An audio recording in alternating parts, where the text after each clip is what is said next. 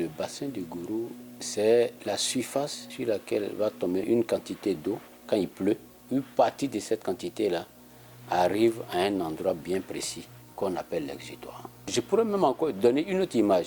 Toutes les gouttes d'eau qui tombent sur la feuille, ça se rassemble et ça vient jusqu'au niveau de la tige. Le bout de la feuille là sera donc l'exutoire et le bassin versant sera toute la surface donc, de cette feuille-là. Dans notre cas, notre bassin versant, c'est toute la superficie qui couvre une partie des deux plateaux, j'allais dire Cocody, qui prend tout Williamsville en compte, une partie à Bobo, une partie à Diamé.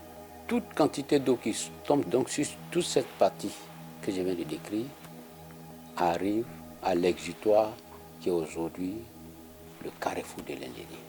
Donc ça c'était un peu pour décrire le bassin versant. Alors, plusieurs mesures sont en cours. J'allais dire même qui ont été prises.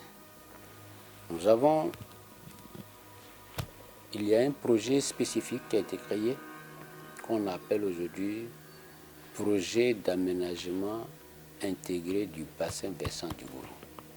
Le bassin versant que j'ai décrit tout à l'heure, bassin versant du Gourou, je l'ai dit, c'est sur 25 km². Il y a un projet intégré qui a été mis en place, qui est géré par un projet spécifique. Et ce projet a fait pas mal d'ouvrages en amont. Il s'agissait donc de réaliser des barrages écrêteurs de crues qui vont diminuer la quantité d'eau, quand il va pleuvoir, la quantité d'eau qui va passer pour arriver, n'est-ce pas, à l'Indien. Et ce projet intégré devait prendre en compte aussi la gestion des ordures ménagères. Le ministre Bouaké Fofana a instruit ses services, notamment l'ONAT, de procéder à des programmes de curage à travers tout Abidjan, donc notamment le bassin versant du Gourou, qui a fait l'objet de curage d'ouvrages en amont des Pierre Bobo et tout ça. Nous avons démantelé la grille qui servait de tri des filtres au niveau du carrefour de l'Indénier. Ces grilles ont été déportées plus en amont. Elles sont plus visibles aujourd'hui à partir des carrefours de l'Indénier. Et un personnel permanent est là-bas. Après chaque épisode de pluie, il y a un entretien courant de ces grilles-là pour empêcher tout élément flottant, surtout les ordures, d'arriver, n'est-ce pas, au carrefour de l'Indénier. Donc toutes les ordures que nous constatons aujourd'hui au carrefour de l'Indénier ne proviennent plus du bassin versant du Gourou, parce qu'il y a des grilles qui sont disposées en amont qui empêchent tout élément flottant d'arriver là. Le mécanisme, je voulais vous expliquer un peu. Depuis les années 70, il y a ce qu'on appelle le collecteur de base qui a été réalisé, qui part d'Abobo, Sejefia précisément, jusqu'au carrefour de Koumassi-Dig.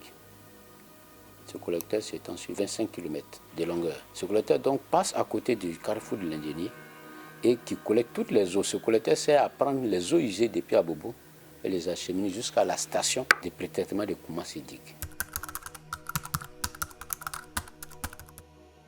Le premier message auquel je pense que le ministre pourrait même donner tout de suite à ses compatriotes, c'est l'appel au civisme.